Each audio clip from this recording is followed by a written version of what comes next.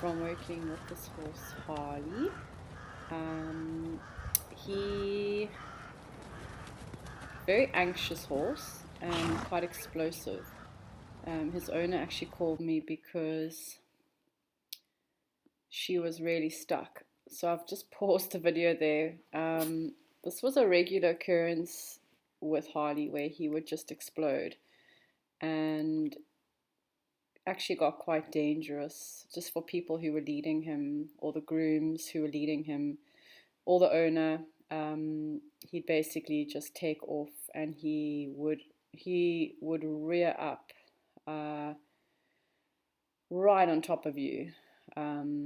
So yeah, he was definitely quite an intimidating horse to work with, and the owner had actually been told by a few people that maybe it would be best to sell this horse. He had actually injured a few people, including his owner, and he put his work rider in hospital. So yeah, looking back, trying to start at boxing when there were so many other issues in this horse was a really hard way of going about it. But that's where we started, and he did actually get in the box, but looking back, there were so many issues with him that I would rather decline now to help with boxing until the other issues were resolved.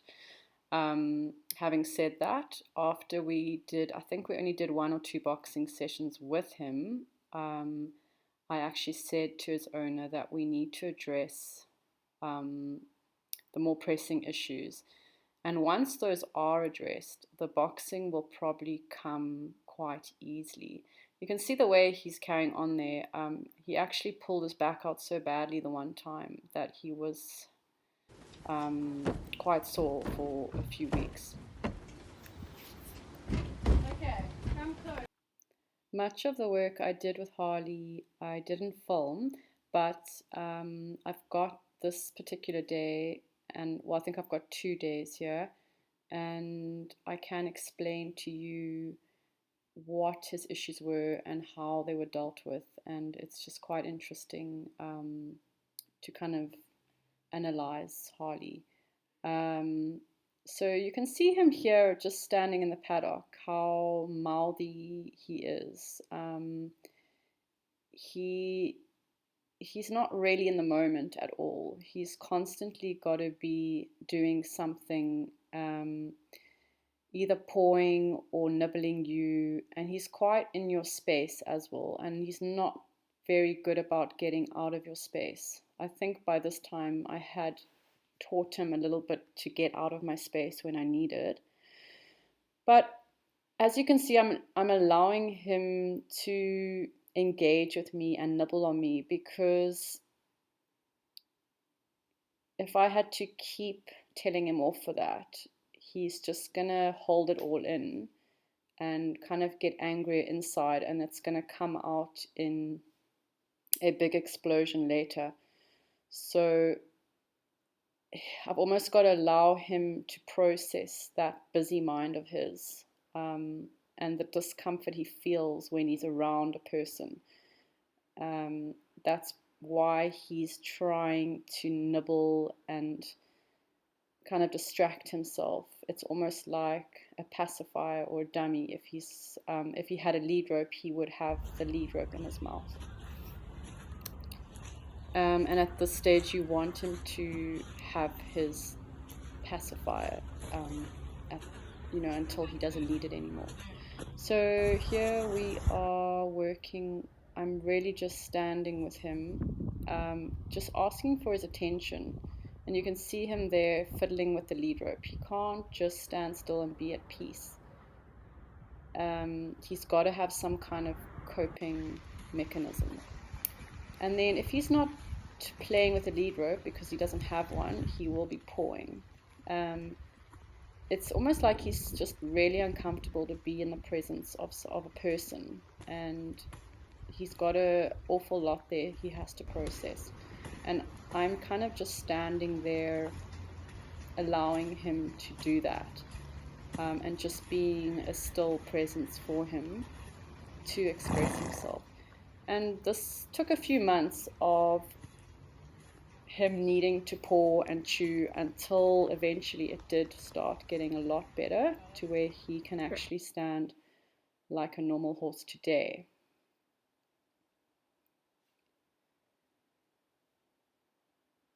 So you can see here he still wants to fidget and play all the time.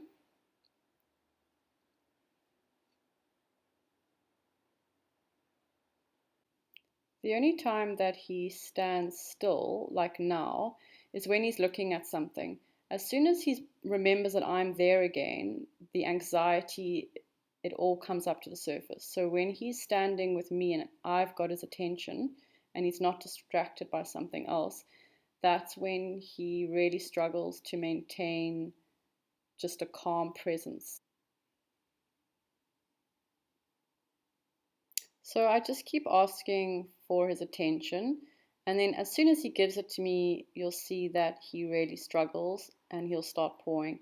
The pawing lessens more and more over time. And then you also know that you are getting somewhere.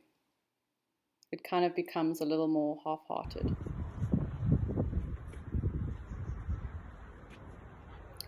So later on, probably about 2 months after this video, I really started understanding what was the cause of all these troubles with Harley.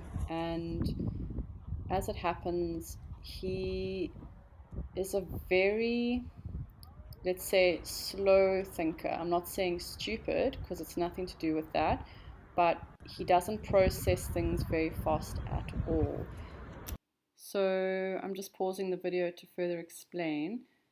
Because Harley's mental process was quite slow, or is quite slow, when he was given an instruction either from the saddle or from the ground, mostly from the saddle, the message would take quite long for it to travel from his brain to his body and to his legs, etc., where it needed to be.